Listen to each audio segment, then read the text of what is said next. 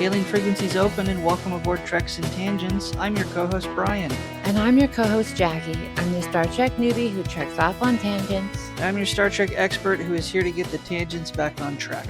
Each episode we watch and talk about a different Star Trek episode, and this week we watched Star Trek, the original series, Season 2, Episode 3, The Changeling. Welcome back, everyone, to another, I was going to say fun episode. Oh no, it was not fun. I think we both kind of are in agreement. This was kind of a slog to get through this week. Like, last week was, whoa, that went too fast. And now we're complaining. But please bring the other one back. Yeah, for all of our comments and all of my thoughts of Season 2 really is the peak, I think, for the original series and brings the best episodes. And bomb. Man. But anyway, don't forget to stick around at the end of this episode. We will discuss and reveal our Star Note bonus episode topic, which will be live over at our Patreon, free for everyone who follows, patreon.com/Treks and Tangents, where we take a deeper dive into one or two topics from this week's episode. Again, stick around till the end and we'll talk about what our topic will be. But enough about that. Let's talk about this week's banger of an episode. We'll start as we always do by revisiting our Turbo Lift tease. That's where we gave Jaci the title of this week's episode at the end of last week's episode. And Jaci, with no other information or context, tried to guess the plot of this week's episode. So, computer, what was Jaci's prediction last week? Jaci's prediction last week was, remember that distress call from last episode? We are going to that planet and happen to meet a new character, and Sulu is going to become friends with that person, or animal, who knows? And then we are going to help them. And then the Enterprise leaves. So, Jaci, how good do you think your prediction was for this episode? Well, these titles are terrible to begin with, but I did get a distress call, and I included Sulu. Ta-da! Okay, so yeah, they are responding to a distress signal. Kind of interesting. I think I made comment to it off mic that your Turbolift tease prediction didn't address the idea that a changeling, the most obvious, was a shapeshifter. Well, that's because I didn't actually know exactly what it was, and I had to do the research. Do you know what a changeling is now? I'm looking at your notes, so... Yes, I do. Do you? Go for it. Let's ignore the Turbolift tease. Let's give the grade based on research this week. What is a changeling, Jaci? Specifically, what is a changeling as it relates to this episode? Essentially, the changeling was how folklore explained disabilities and infants born with defects, and so that was just how they dealt with it. And like this magical creature would take it onto a fairyland. I guess we can relate it to the episode because two broken parts actually become one. Like it's the other side of that magical fairyland, kind of. So my research, because I looked it up as well just to get an idea, came to similar but slightly different results. It's from Irish folklore. And it just, to simplify it, it's just when a demon, specifically depending on the source, a child demon, steals the spirit or the soul of a human child and uses that spirit of the child as a way to manifest and interact with our world. In a way, it's just kind of a metaphor for an evil spirit taking over a normal spirit. So, still kind of a stretch. Yes, and I did find an art piece of what you are explaining. And it's wild. What, I think we've touched on it, but we'll just put it on the record. What did you think of the episode? I hated it. Hate's a strong word. Why did you hate it? It was very hard for me to understand what I was watching. It's not a great episode. Like, I watched it 3 times. Like, I always watch it generally when taking notes multiple times, but this time it took me forever because I had to make sure I got all the words. It's extremely problematic. It's okay, so it's a heavy dialogue, but in a sense, it can be boiled down to a very simple space probe gets hijacked and reprogrammed and is now completely, I wouldn't even say evil, but reprogrammed in a way that makes it very dangerous. Yes, but its function is malfunctioned. But beyond that, there's really not a lot of explanation that comes from it. They kind of go into how it ends up being reprogrammed.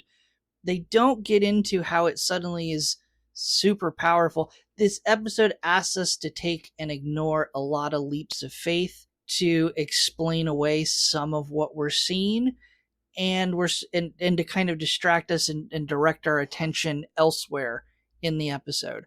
Ultimately, I don't think it pulls it off. Right, like we have to think about this mystical alien, and then we're wandering in space. Yeah, and even like the Kirk assumes that this small person in this ship wants him to come aboard. And so he's like, oh, we'll just have you come here.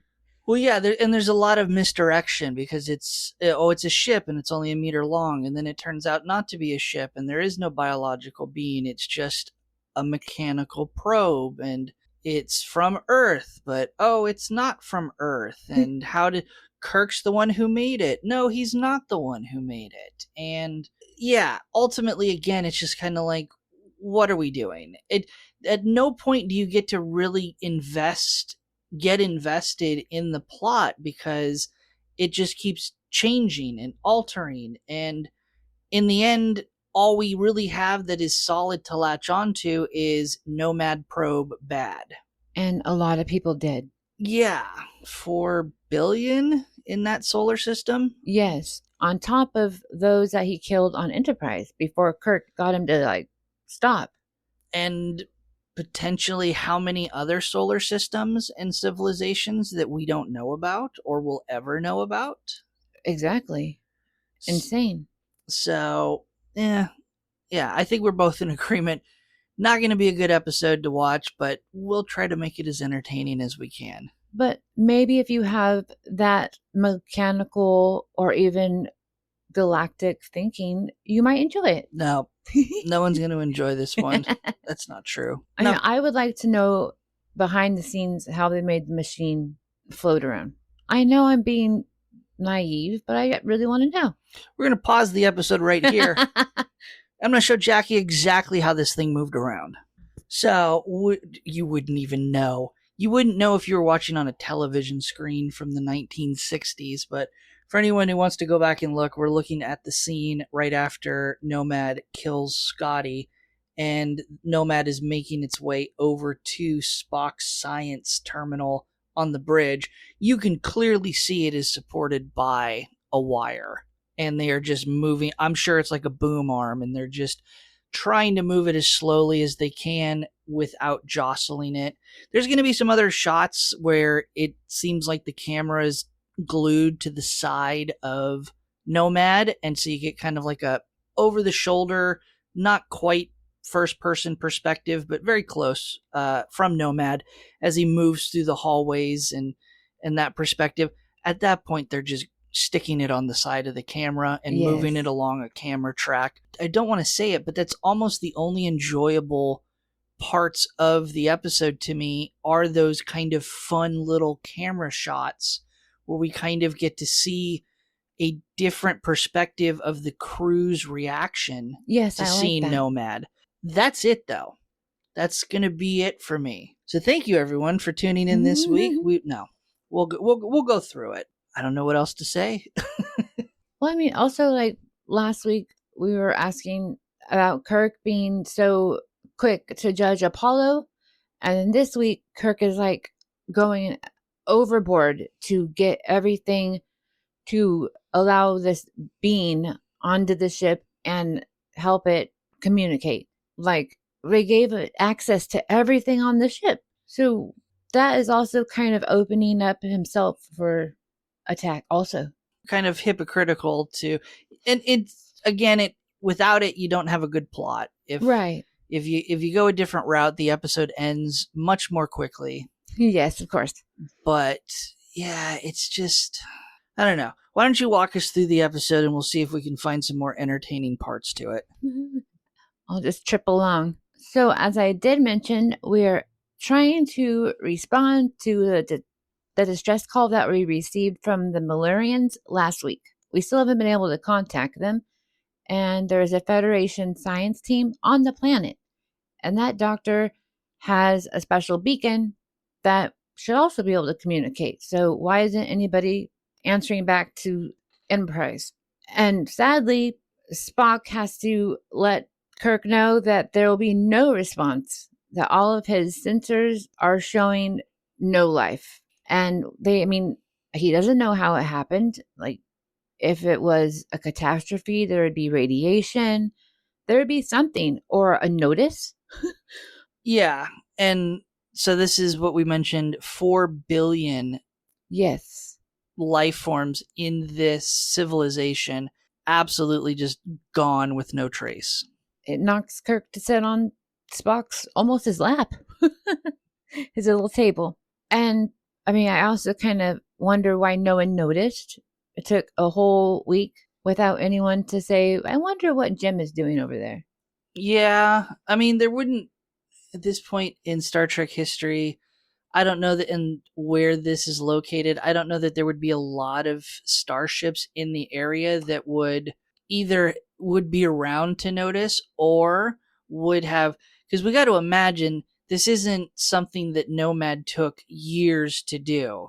He blew into the system, decided that they needed to go away, and within probably a couple days at most, Yes. he's wiped out this entire civilization. This isn't going to be something that spans multiple light years. This is going to be at most 4 billion people spread across a couple planets.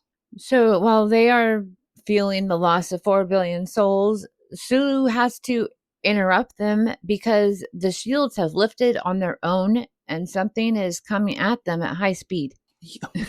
Very high speed. We'll get to in a minute. And it's like a bright green light. We like green light in this TV show. Green light is a big thing. And it's taken over the screen, and then there's like a giant attack. And I love when there's an attack because all the actors are jostling around. And when the bright light happens, no one is they're not the same. Sulu is stuck in position, and Scotty just sits there. He never raises his arm. Yeah. I'll also I'm looking for kudos to give to the episode so that we're not just hammering on it too much. This is a good cold opening. Yes. Overall. The fact that there's a little bit of a tease to the mystery, it doesn't give away everything. You have action. It's great. It suffers because then we come back from the opening credits that Jaci doesn't like because she doesn't like the woman who sings.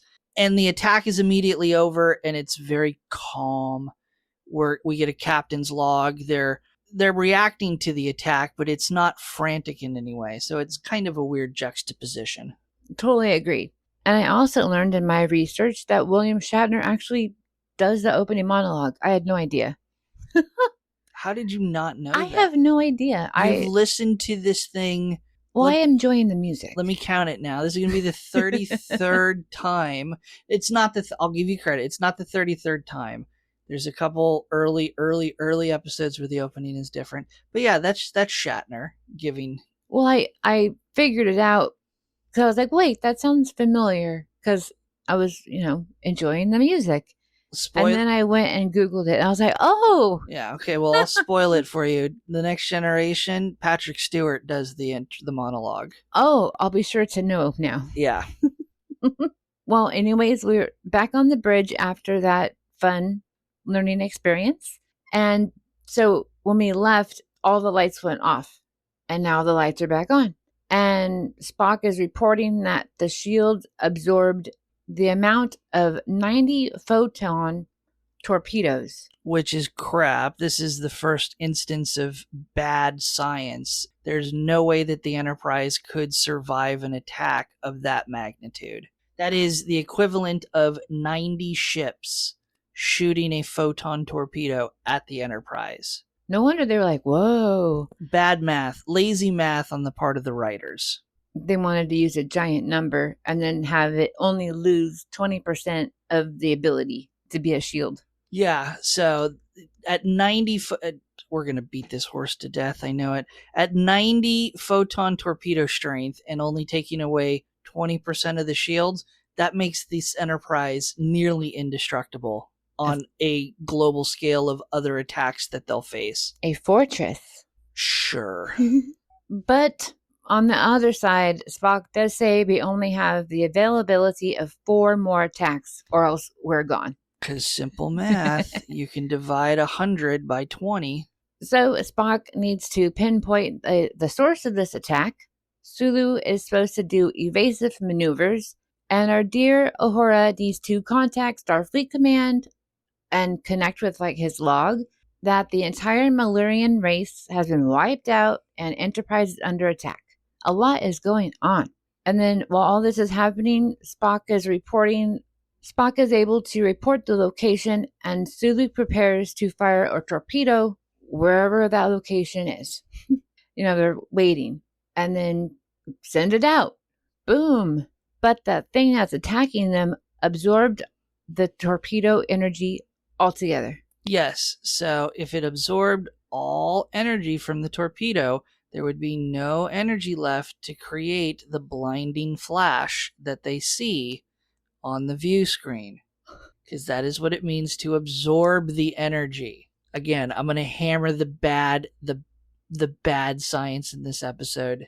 You could have said it was able to withstand the attack. You can say it survived the attack. You can't say it absorbed the energy when there's still energy being dissipated in the form of light. Well, he does ask Spock if something's wrong with his instruments. But Spock is very, very stuck that his instruments are perfectly working. And then finally, Kirk does a Hail Mary and has both the translating computers and Uhura open all channels to try and talk to this thing that's attacking them, saying that we are friendly, we're from the Federation, don't kill us, we don't want to kill you, we just want to chat. Let's learn about each other. Then we learn that Spock has not only found where the source is, he also knows how big this thing is, which is actually very small, 500 kilometers and 1 meter long. Right. And it's a bit cylindrical. Yeah, so it's not big at all. And Scotty wants to know what intelligent life form can live in something that small.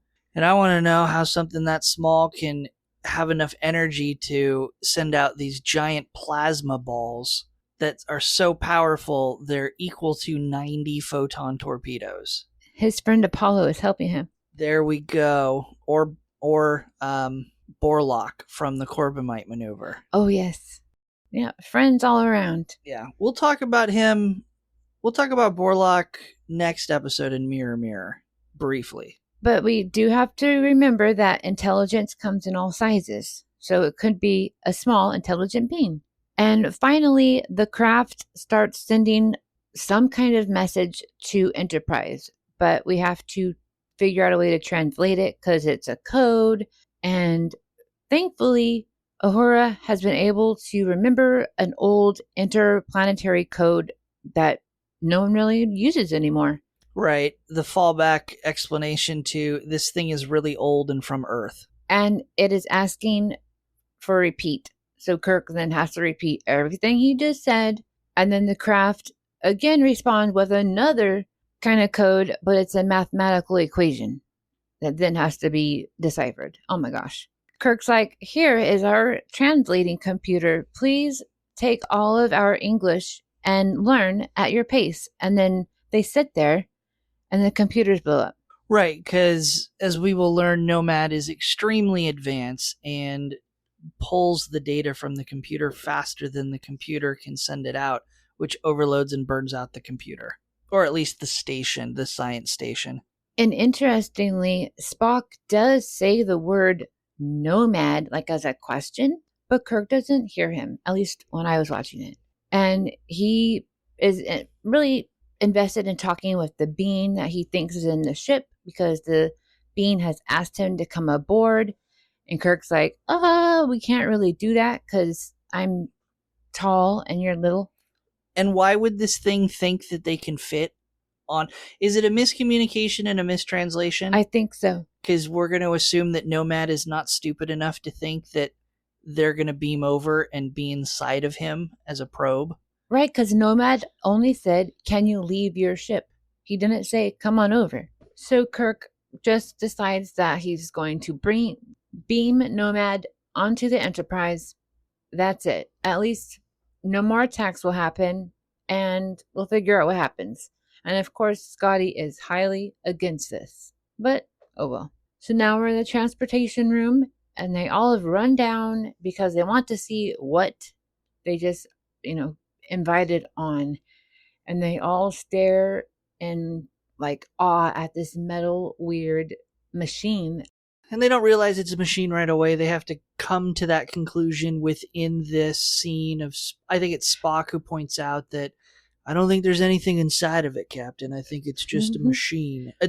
He says it's my observation or his opinion that it's a machine, because he gets questioned on it. The Nomad doesn't know what an opinion is. Right. The rest of this episode is going to be a lot of dialogue back and forth of the stereotype human conversing with machine and the language barrier between the logic of a machine versus human. So we're going to gloss over a lot of the dialogue. All that Nomad wants is to know the point of origin and to read the star charts of all these units in front of him. And boy howdy, what a dumb idea is it to... Again. At this point, you've pretty much figured out, you don't know the motive, but you figured out that this thing is what has killed 4 billion people in this star system. But now let's give it a map to our star system. And they do have a brief conversation of, well, if we only show him a limited star chart, he won't be able to triangulate it back to Earth. Come on, guys. I mean, because he keeps asking probing questions, and they give it up. No, we're not going to let that pun slide. Probing questions. We do have to remember that probe Nomad that we talked about earlier. Like, it keeps coming up underneath. So we keep moving on, and again, Kirk assumes that this being that they have is just stationary, and he says, "I will be right back with the star charts." And that's when we learn that Nomad can not only talk, but it can also move. Yeah, and I think this was kind of the big aha moment reveal, at least from a special effects perspective for the episode, is, look, we can make this thing move around and appear like it's floating. Yes, they did a good job. And then fine, okay, cheesy late 60s sci-fi. I was surprised. Applause, happy to do it. I also think Kirk is not only thinking it can't move around, but he doesn't want it to move around. And I would not want it to move around my ship. And so I think he was going to get the star charts because he was expecting this entire meeting to take place in the transporter room. And Nomad himself is like, "Nah, I'll just follow you. I can move." And they don't object. No, which is already accepting Nomad all of his directions, showing, weakness in essence. So they've moved to this new location, which we learn later on is called an auxiliary control room. And this is where Kirk has brought up the star chart. And of course, there's our beautiful solar system. And Nomad scans all the stuff, all the bells and whistles going off. And then it says Kirk. Kirk is the creator. And yes. Then it asks its function, like Kirk wants to know what its function is, because Nomad must realize that something in its makeup recognizes the name Kirk. And while it's reading the history, this being apologizes for the sterilization procedure it tried to do on the Enterprise. Huh? What do you mean? And McCoy is still fixed on what is your function. And then Nomad asks if McCoy, this unit, is your unit, meaning Kirk, the creator. And then we learn more that Nomad is very specific in individuals as units. They have to be a certain design. It's interesting. Yeah, basically Nomad reveals that his overall programming mission is to not only to seek out life that is perfect, but to eradicate and destroy, in his terms, sterilize any life forms that is determined by him to be imperfect and flawed, which now it's the revelation that, yeah, this is what killed 4 billion people in the star system. And also, you guys are in danger too, because you're all human, except for a couple Vulcans, Spock, and you're going to die. Exactly. But good thing Spock is starting to research that earlier probe from Earth on these computers. I don't know why they have Spock like hunched and draped over these computers now. It's really weird looking. The computers don't have screens, so I noticed that. so they have to look through these viewfinders to look at all of this data that's being processed. We talked about it at an earlier episode. It's like the microfiche readers, but instead of a screen, they're looking into this little peephole to look at all this data. Oh. Again, okay, it's just what they decided to do with the technology that they knew and the imaginations that they had. I mean, it's definitely creative, but I would need like a neck massage after work. But as Spock is researching all of this, he quickly interrupts Kirk from going down this dialogue path of, Kirk was very close to revealing, like, I don't know who the hell you're talking about. Sure, I'm revealing that he is not the creator, that he's human and all this. Spock quickly interrupts him and goes, we need to go talk. Let's get out of earshot. Right. He was just testing you, Nomad. And then Nomad now alludes to an accident. So, that was very smart of my creator to test me. And we're in the hallway conference room now, like in the hallway. And Kirk, Spock, and McCoy are now discussing what Spock found, and again, that probe Nomad. And though we thought it was destroyed by a meteor, which it was, but we don't know how it was able to put itself back together and now kill things. Because Kirk remembers in the academy, it was supposed to be a peaceful mission. And then he walks back into the control room. What? So Kirk has led a lamb to slaughter. He just leaves this lovely crew member Singh to like babysit Nomad. And he's curious. And we learn that he's a lieutenant. And he's looking closer and closer at Nomad. And then like bells and whistles start to whirl. And then again, he apologizes for disturbing him. And while that is happening, Uhura calls and asks for a checkup. And he's like, I'll check in. We only see like the regular damage we noticed earlier, but that's it. And then she still goes, anything else?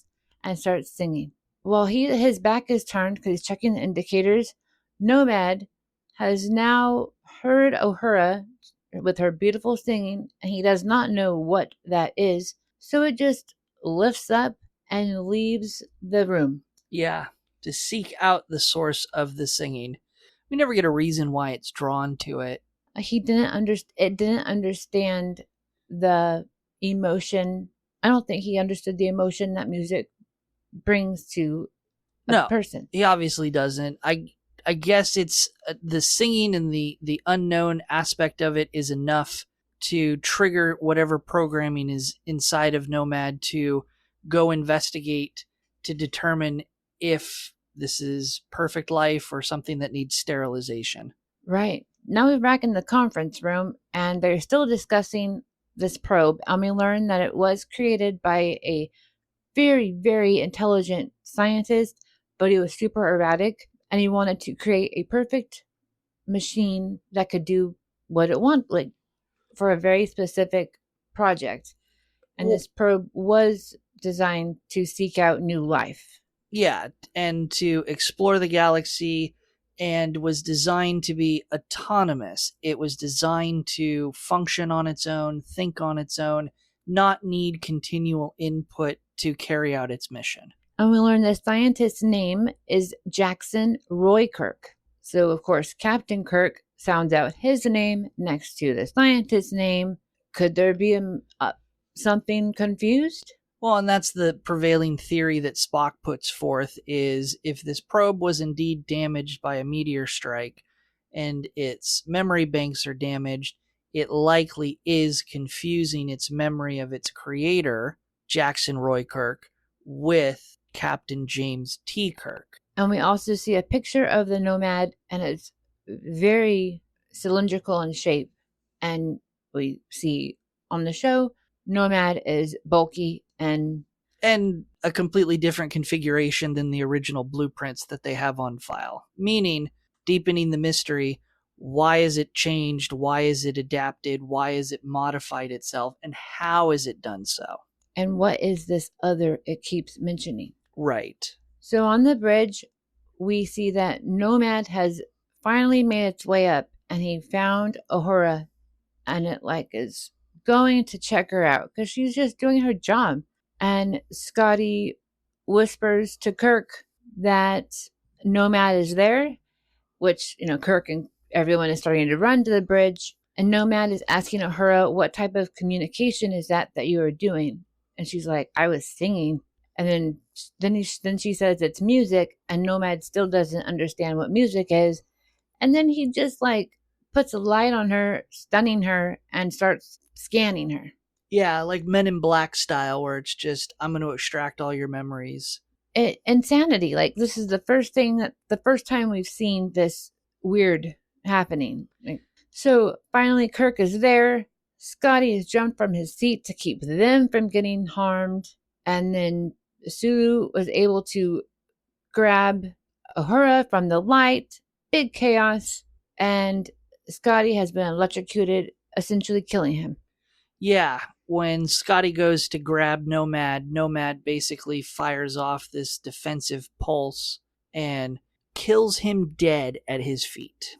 And Kirk has to remember to hold his emotion. So I would imagine that'd be very hard. Right, because again, they're in this position where they've got this extremely deadly machine floating about with unknown motives and not logical, or at least unknown, a thought process that they can easily predict.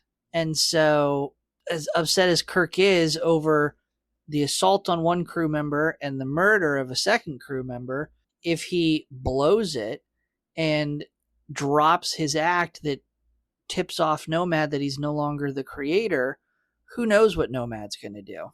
Well, I mean, we all know what he's going to do, but... Uhura is blank-faced. No emotion. Nomad calls her defective. While he was scanning her, it unsettled him. That's an emotion. When they started this storyline, it really upset me because it's adding more human thought into this machine. Well, and so also have to question, this isn't the first life form. Well, this isn't the first life form that Nomad would have encountered. Right. This wouldn't have been, I imagine, the first time Nomad has directly absorbed the knowledge and memories of a life form to calculate if they're in need of sterilization, quote unquote.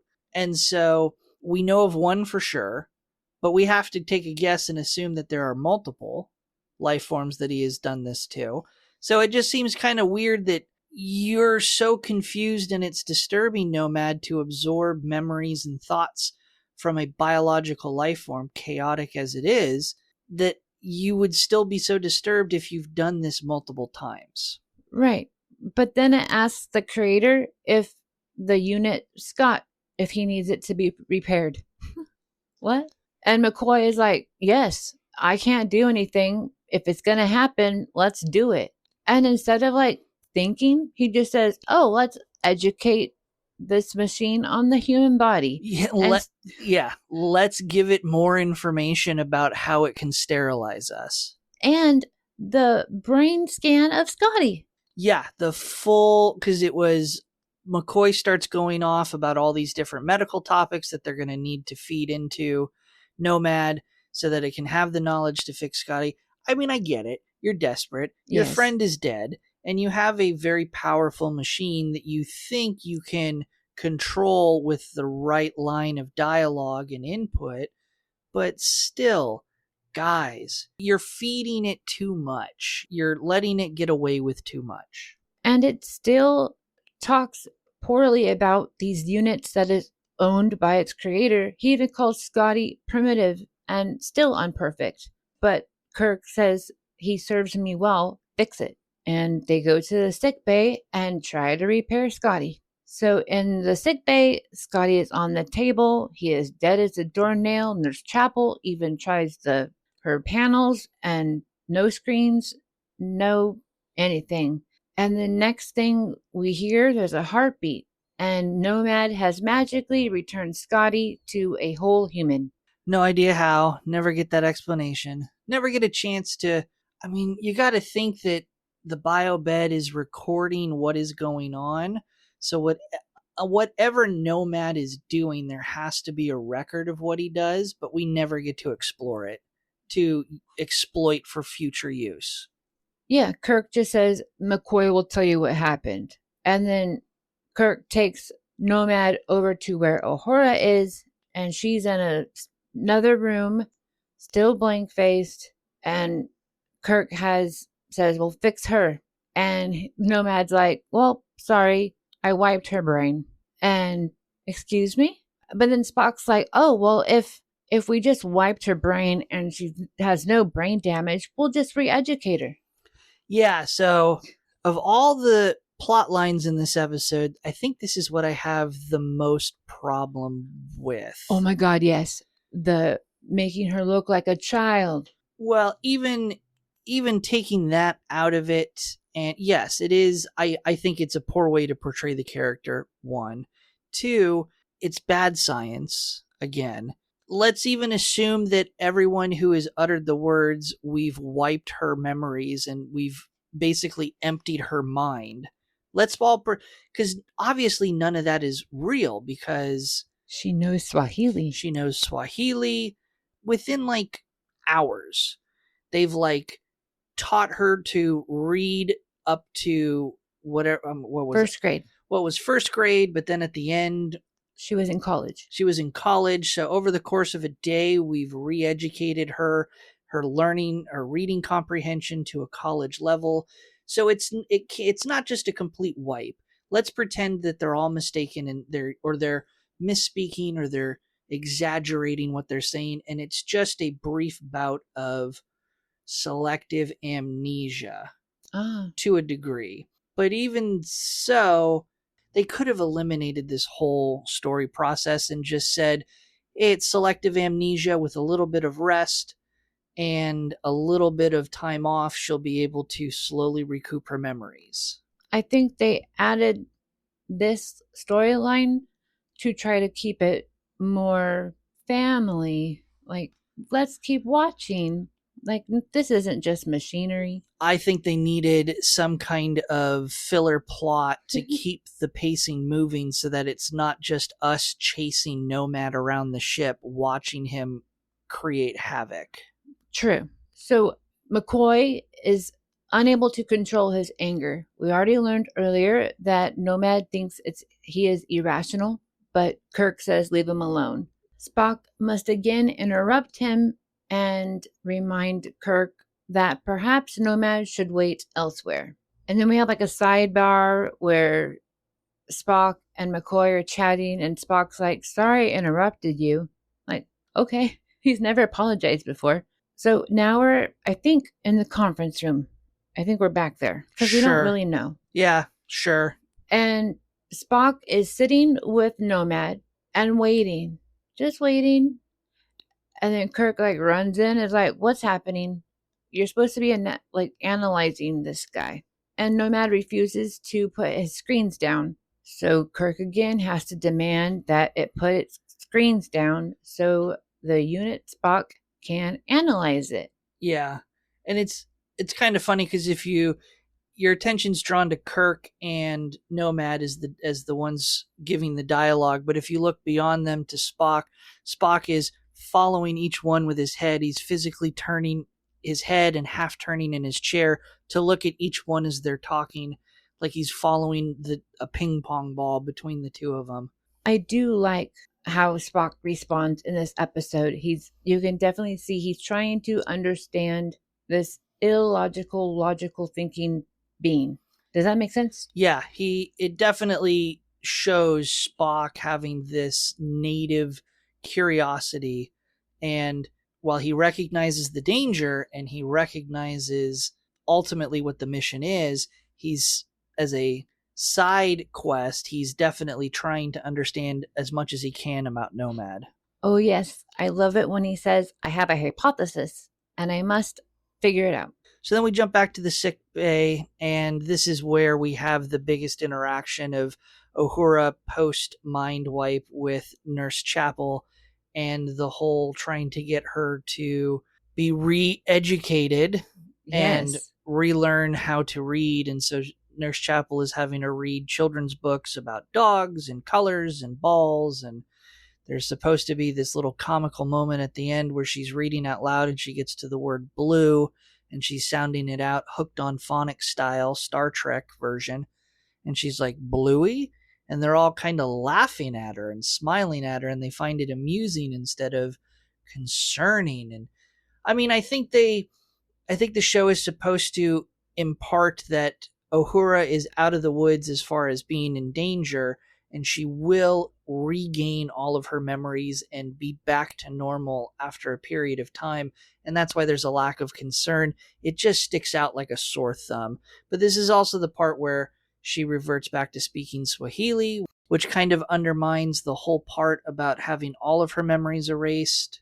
Hey, do a deeper dive. There's lots of people who have commented on this section of the episode talking about how, because English is a second language to Uhura, when someone suffers a mental trauma, whether it's physical or mental, and they have to relearn language, they're going to revert back to their natural language instead of their second language, even if their second language is spoken more than their original native language. Fascinating deeper dive, but we're not going to cover it in detail and give it the justice that it deserves here.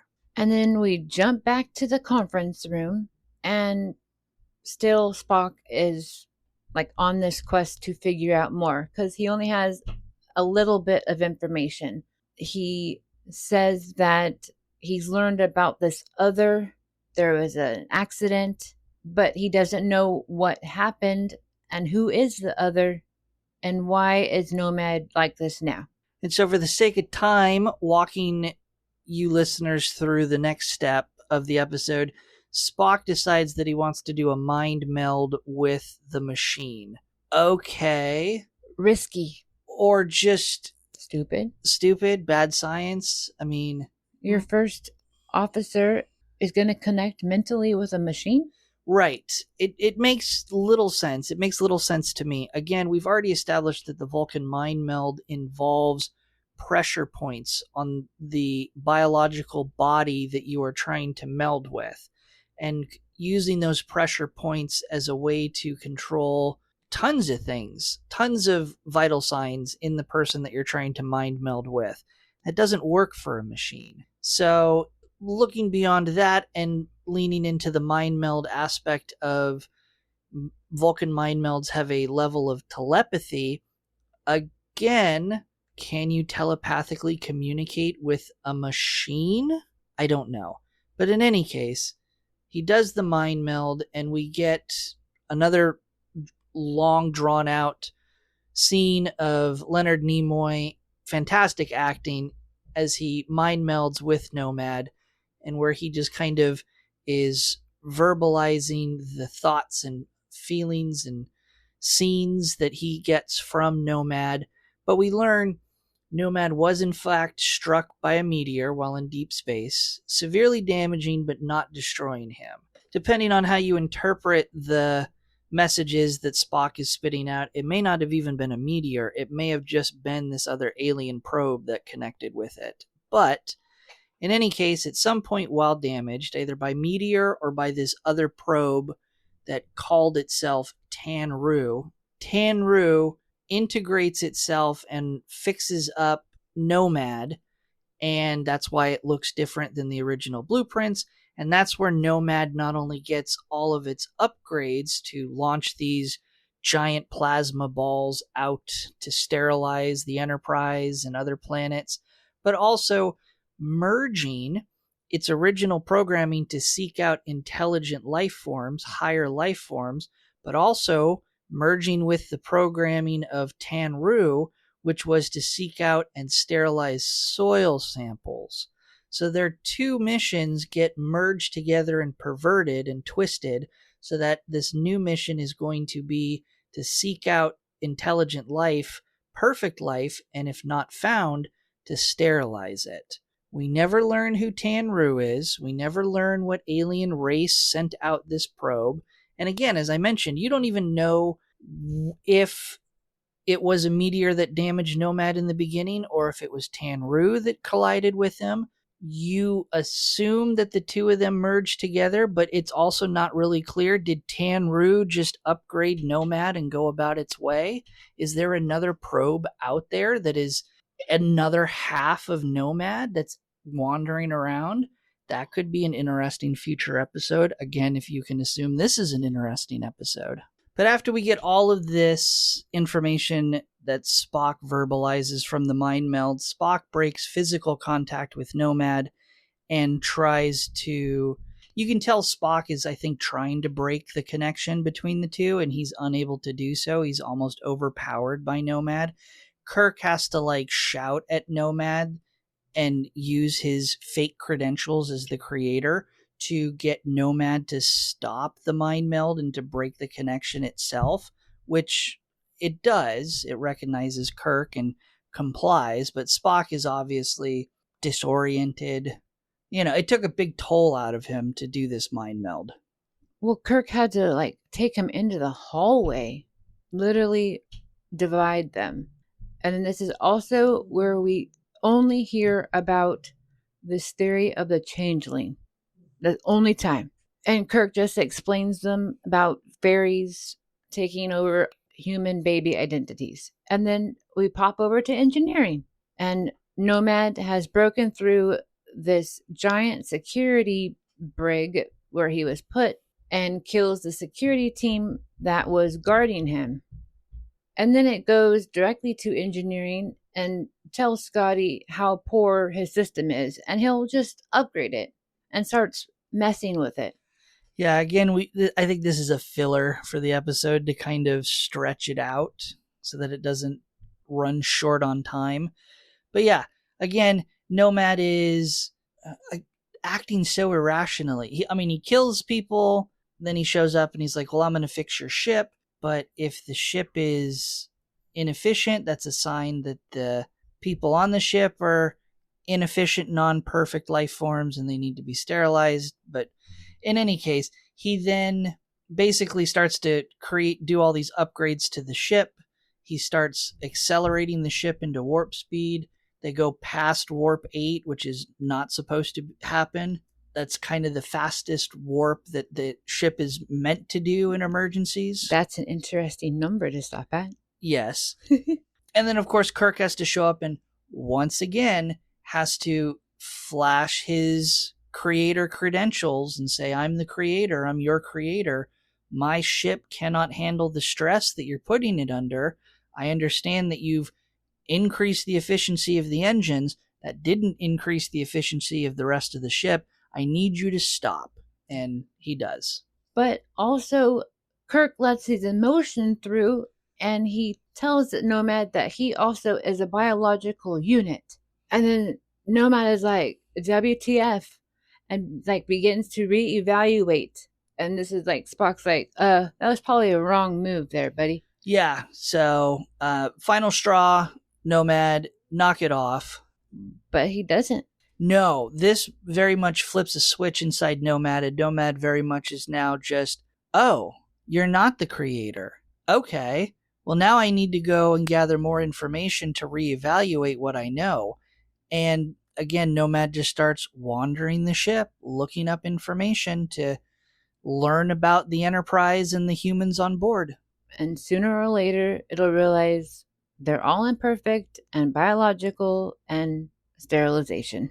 Now, while Nomad is trying to figure out it's reevaluating everything, he just like kills all the security officers that try to control it.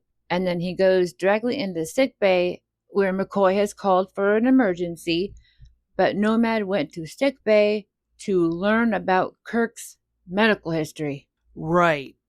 Like, excuse me? But Nurse Chapel was injured, only shocked. She wasn't harmed, just a little flick. But wouldn't Nomad be more quote unquote angry with this interference than earlier?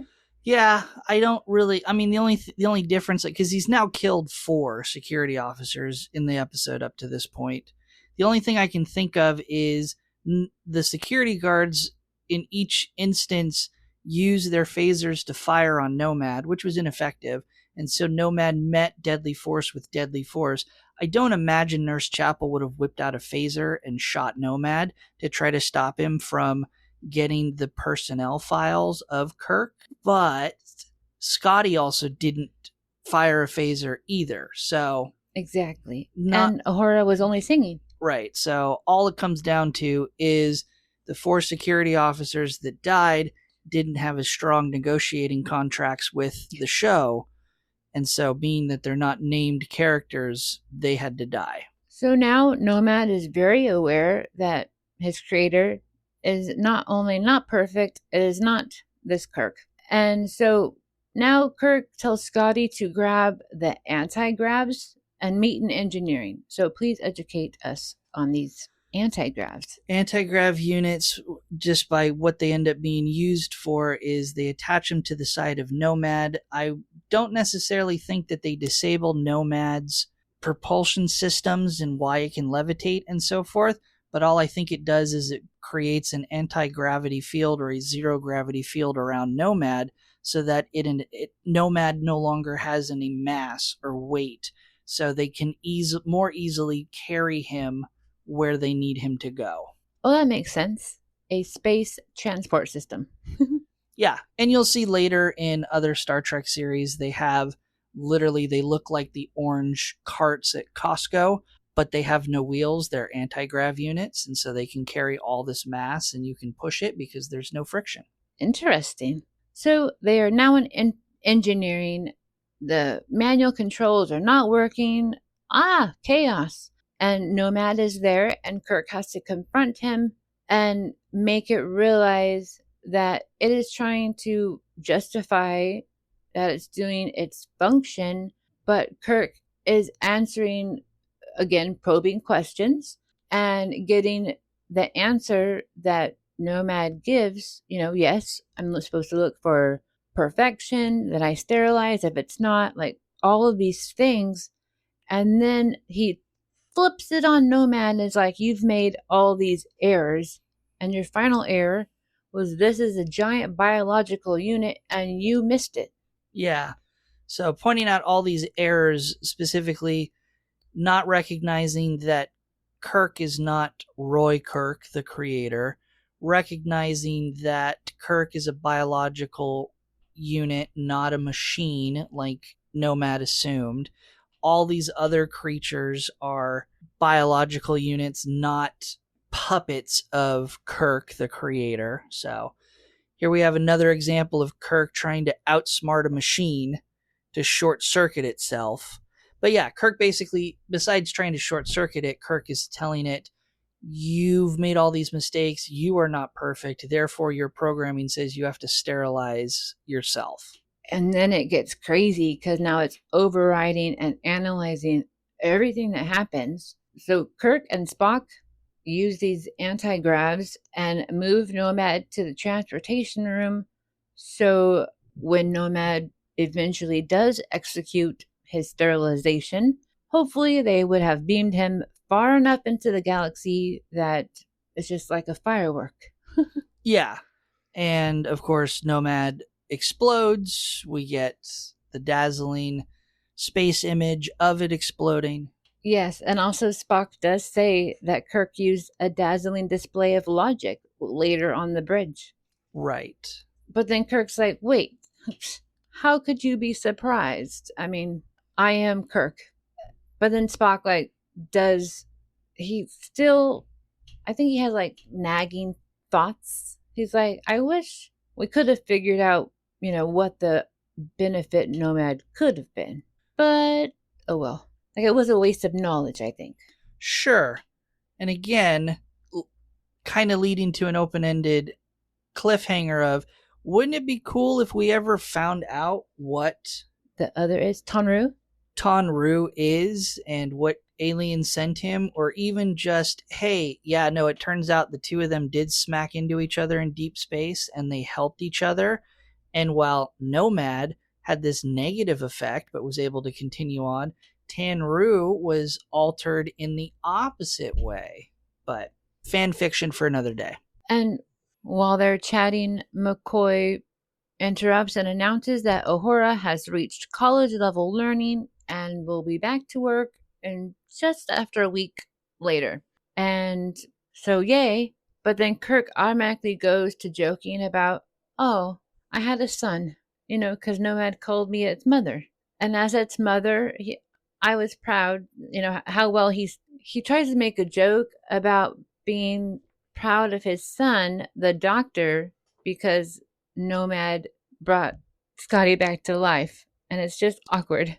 Yeah, it's one of those episodes where the end line I don't think doesn't really land quite as well. So, but that's the episode. Roll credits. So, Jackie, what did you think? What are your final thoughts about season 2, episode 3, The Changeling? Overall, I mean, yes, I always change my opinion after we discuss it. So I think it kind of earned a bit more credit after learning more about it. But as a layperson watching it for the first time, it would have been very tough to continue. All right. Yeah, and my opinion isn't really going to change that much after going through it again. It's not a fun episode, ultimately.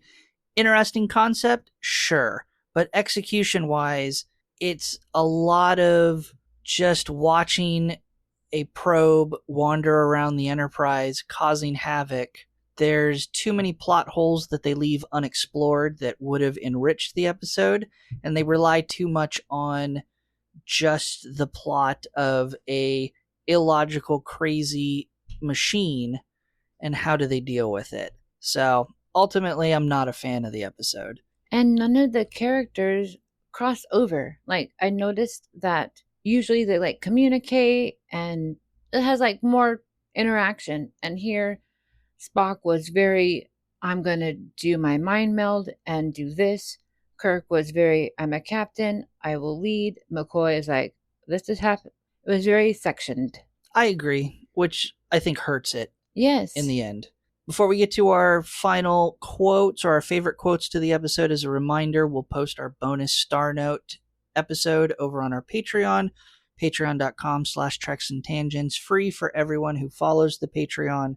And I think the topic this week that we're going to dive into, or at least we'll start to dive into before we go off on a huge tangent, is going to be, did Kirk defeat Nomad with logic or human unpredictability? So join us over on our Patreon and listen along after this episode to see what our thoughts are on that topic. But to round out our thoughts to the episode and our watching of the episode, Jackie, what is going to be your favorite quote from this episode? I chose the quote, that unit is defective. Its thinking is chaotic.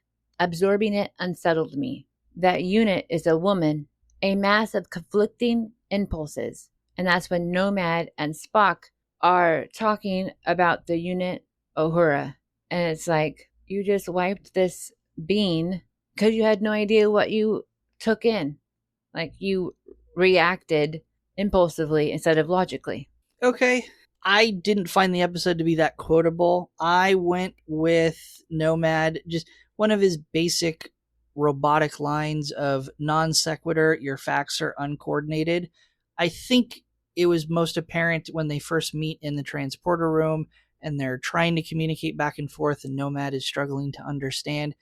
I just thought it was cute. 1960s sci-fi. This is a robot repeating lines over and over again. Other than that, I don't really like any of the dialogue in the episode. It's not funny. It's not engaging. So kind of a flop when it comes to a quote for me this week. But those are going to be our final impressions, and we'll just kind of transition over to our Tribble tidbits or our interesting facts to the episode. And why do we call them Tribble tidbits, Jaci? Because they are the best. Because no one has explained to Jaci what a Tribble really is. We haven't gotten to that episode yet. They're fun. They are adorable. They are fun. They are adorable. They can also be the exact opposite. First airing September 29, 1967. This is regrettably going to be the first use of Scotty's famous catchphrase, giving them all we've got. Oh my gosh. When trying to explain the engines. I think it's used when they're, if I recall correctly, it's first used when they're trying to evade the giant balls of plasma at the very beginning, but I could be 100% wrong. But in any case, it's going to be the first episode. He really says that from now on? It's it's a very famous pop culture reference. Along with his I, instead of yes, sir. On the same level of McCoy saying, "Damn it, Jim, I'm a doctor, not a blank." Or Scott or Spock saying, "Live long and prosper." It's in the same wheelhouse. Okay. And just, again, there's no real fun facts to the episode that I want to cover. There's just a couple more bad science, bad faith moments that I'll touch on that we didn't get to in the episode. If you look at the math in the very beginning, when they're under attack from Nomad and they're shooting at Nomad, Nomad is described as being 90,000 kilometers away from the Enterprise, where there's balls of plasma are launching. But they also say those balls of plasma are traveling at warp 15. So when Nomad fires these things, they should be fired and hitting the Enterprise instantaneously.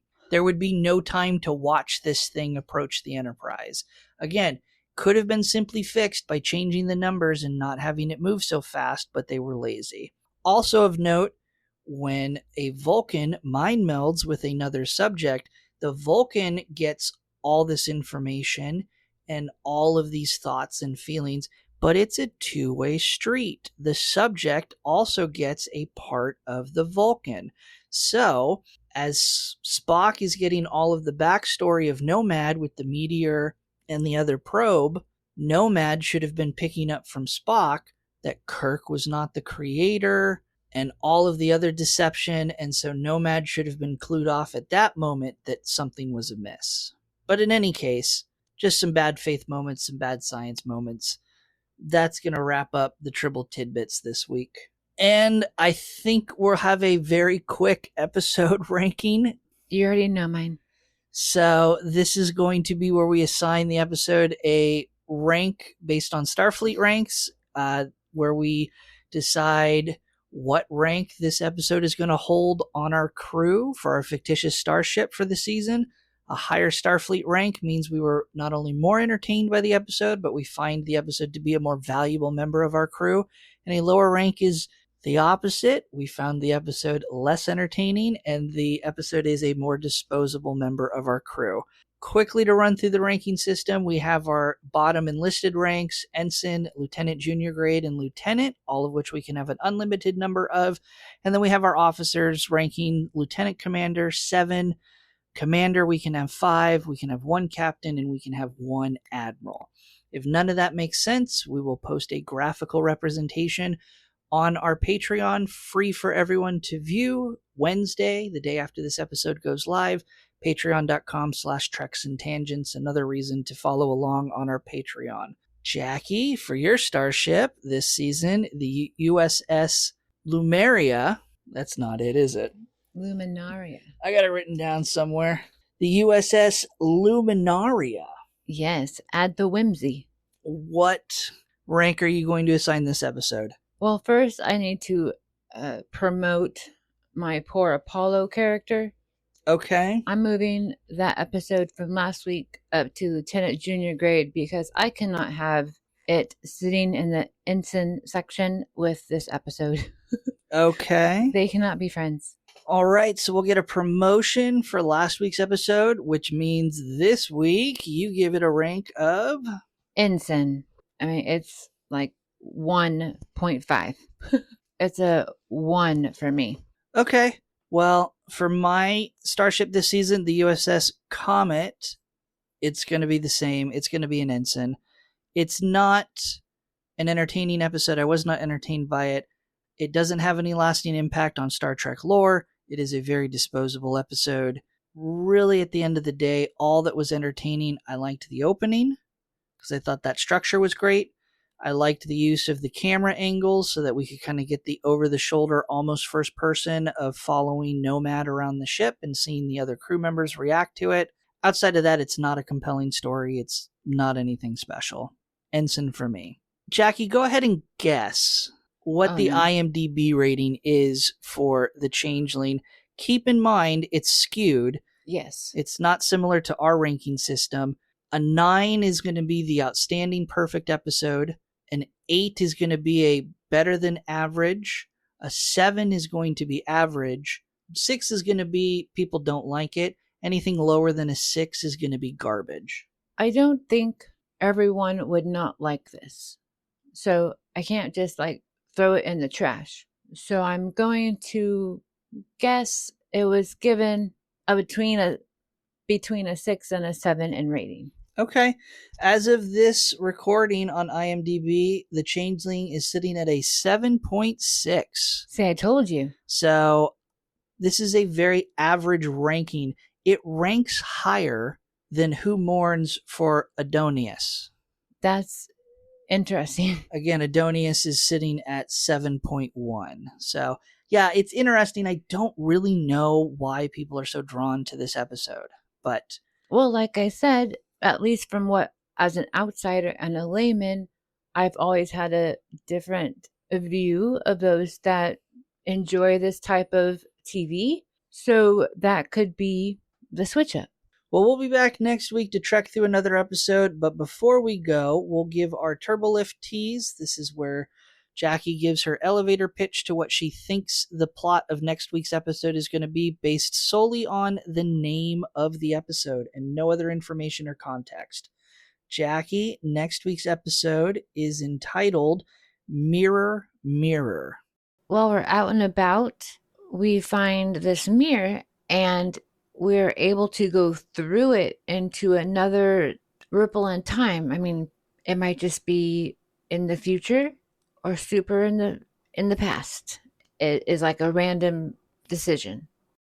And tune in next week to see if Jaci's prediction is correct. Tune in next week for this extremely iconic episode of Star Trek. If you want more show information, you can find and directly support our podcast on Patreon. Again, patreon.com/treksandtangents. As mentioned, we post our Star Note bonus episodes every week alongside our main podcast episode. We post a graphical representation of the episode rankings every Wednesday. Again, all free for those who follow the podcast. For our supporters of the podcast, once a month we dive into Star Trek the Animated Series. We have all of our test episodes we recorded to prepare for this podcast, where we talked about Stargate SG-1 and Fringe for a little bit. And we're looking to add some other things. I really do want to kind of jumpstart a book club for Star Trek books. I think we should look at redoing or revisiting some other sci-fi movies that we can dive into and talk about. Maybe I just dive into some classic sci-fi that we don't have Jaci trying to explain, and we can just approach it from the nerd side. Jaci is nodding her head enthusiastically, where she says, yeah, I don't want to watch more Star Trek. So it's not that. It's just a lot of thinking. But join us over there. Again, patreon.com/treksandtangents, the best way to support our podcast. You can also follow us on X at Treks_tangents. We're on Instagram and Blue Sky at Treks and Tangents. Jaci, where can people find you, and what are you up to? I'm pretty slow lately, but I am on Instagram as Jaboom, Jibboom. I post content about my music. I play the tuba, and fashion, disability advocacy. I have a whole lot going on, so check it out. All right. You can watch me stream a variety of video games over at twitch.tv/PiratePoundtown. On YouTube, I post video game content and other random stuff at Pirate Pound Town. Also on YouTube, coin collecting and hobby content at Pirate Treasure Hunting. I post socially on Blue Sky at Pirate Pound Town, and I can also be found on Instagram under Pineapple Cannibal because Instagram likes to ban pirate usernames. Also, don't forget, I never throw this in, you can always email the show, treksandtangents@gmail.com. Any feedback, thoughts, just write into the show to say hello. Don't forget to like, comment, subscribe, comment. Love to engage with comments. Love to see people post what their rankings are. Love to see what people's headcanons are. See what people agree with. See what people think we got something wrong. This is Star Trek. This is sci-fi. Nothing is written in stone. Always happy to engage in conversation about other people's theories. That is absolutely fun. So please engage with the show. Comment, like, subscribe, and share. We love it. Links to all social media mentioned can be found in the episode description. Thank you everyone for tuning in to this episode. We hope you had fun like we did, and we will see you all next week. Keep your dazzling logic on display. End transmission.